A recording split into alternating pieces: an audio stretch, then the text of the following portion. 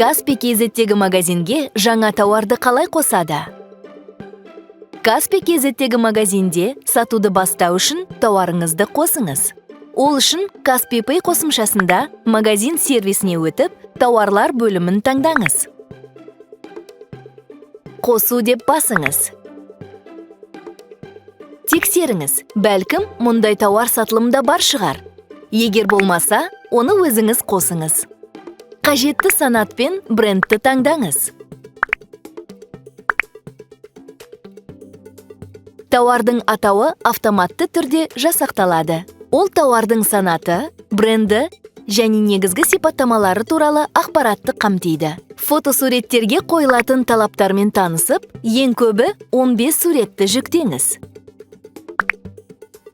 Карточкада бірінші сурет негізгі сурет болады. Бейнероликті де тіркей аласыз. Содан кейін негізгі сипаттамаларды көрсетіңіз. Тауардың артикулы автоматты түрде жасақталады. Сипаттаманы және қажет болған жағдайда қосымша жолдарды толтырыңыз.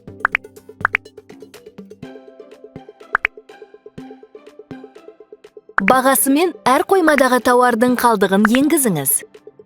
Карточканың сатып алушыларға қалай көрсетілетінін тексеріңіз және тауарды Каспий KZ'тегі магазинге қосыңыз. 3 жұмыс күн ішінде жаңа карточка тексеруден өтіп, тауар тапсырыс беру үшін қолжетімді болады. Осылайша Каспий KZ'тегі магазинде тауарды сатуға оңай әрі жеңіл қоюға болады.